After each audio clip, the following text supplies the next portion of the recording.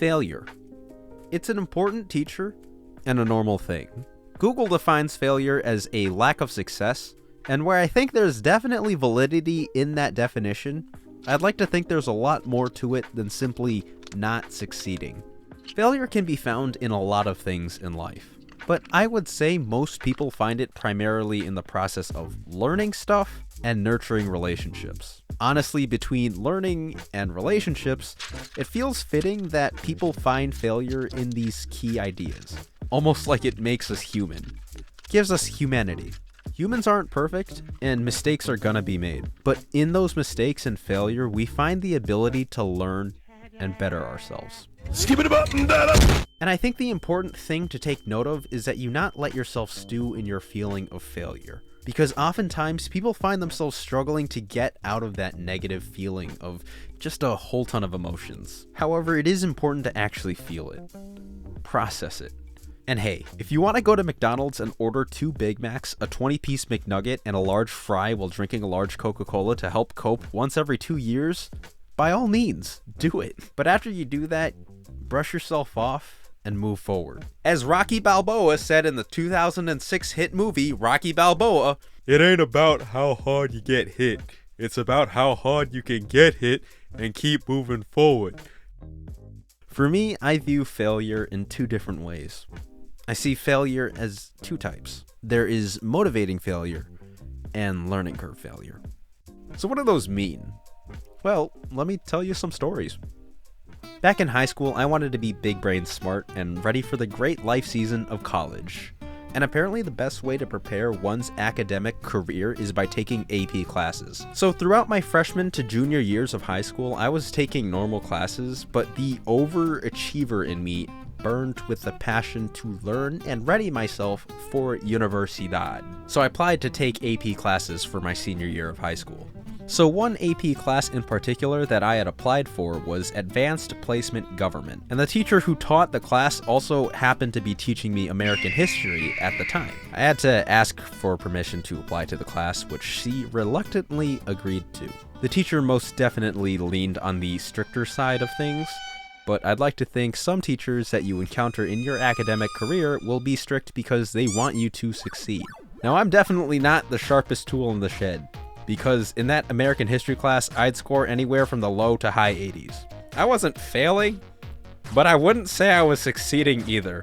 I was just mid. And hopefully it's not just me, but I'd like to think that everybody wants and desires to get the good-looking fat A, you know? And so most definitely, I wasn't part of the top-tier elite smart people group. So when I scored another 80 on a history test, this teacher, who was already reluctantly allowing me to take this course the following year, straight up looked into my soul as she handed me back my test and said, "I don't think you're going to succeed in my AP government class."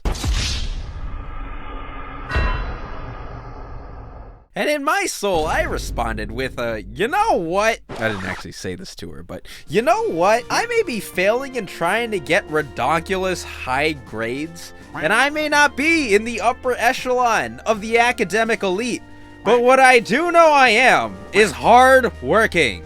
And for me, that was motivating failure. I wasn't satisfied with where I was at academically, and I turned those feelings of disappointment and I guess my own desire to prove my history teacher wrong into pure, unadulterated motivation and discipline. So I hit the books. I studied my butt off and I worked at it, and boom, baby, 90s to 100s for the rest of the school year. On the last day of junior year, instead of sleeping when I got home from school, I straight up stayed awake till 3 in the morning doing my summer homework and notes for this government class. All of summer, I just did studying. And you know what? I passed that class in senior year with a 95 and got a 4, which is good, on the final exam, and gave myself some college credits. Stay in school, kids. Speaking of school, I was one of those college kids that went to school to learn videography and digital media. So I only got into video making and content creation in the last 5 years. So as an absolute newbie who who had never touched a camera before in his life. When I first started, oh man, it was bad. The first ever video I legitimately made was a group project production. It was about some guy walking from his dorm to the library for a study date and then finding out that the girl was with some other guy when he arrives at the library. Kind of a ludicrous idea in retrospect, and the video was just not very good. The final cut was overexposed, the shot composition was just mediocre at best, the editing was extremely boring and poorly paced, and the critique I received from my peers and professor were quite the rude awakening.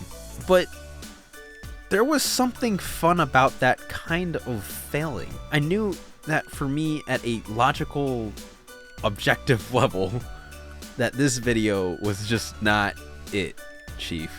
But did I let that stop me? No. I learned from it, and that was learning failure for me.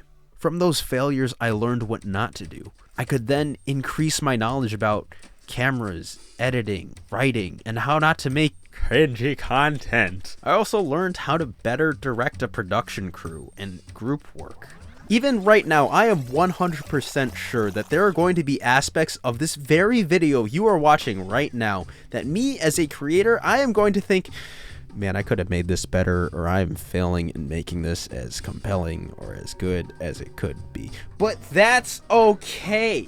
I'm using that and I'm learning. And I'm learning from my shortcomings and my failures because the next video is going to be even better of a video.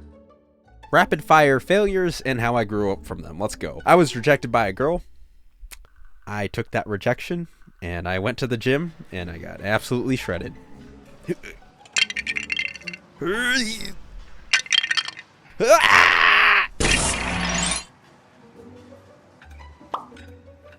Oh, he needs some milk. One time I forgot to hit save in my editing timeline and lost 3 hours of work.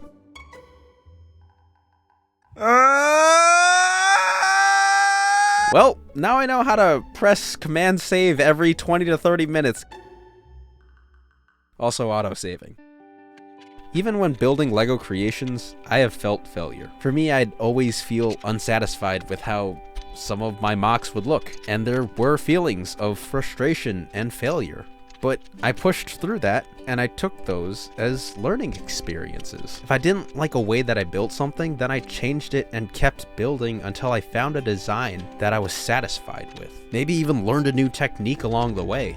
I guess to start to wrap it up, I can't really stress this enough. When you're in the depths of failure and you're really feeling it, don't let yourself get beaten down. Turn that failure into something productive, into motivation fuel, and do something. What, you're just gonna sit on the couch all day and be lazy? No! Give it an hour, maybe a day, to kind of just feel it, because it's natural.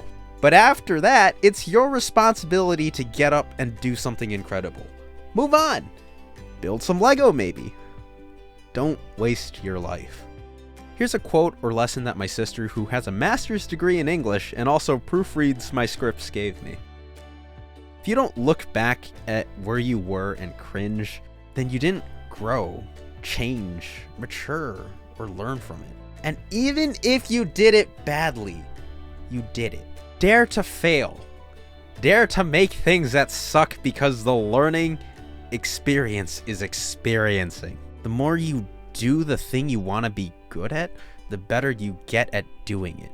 Even if the early things suck because they're supposed to suck. Learn from failure. Grow from it. And know that it's okay to feel down after a failure. But don't let yourself drown in it either.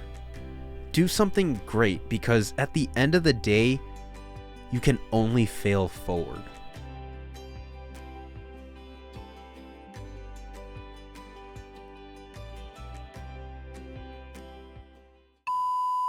It ain't about how hard you get hit. It's about how...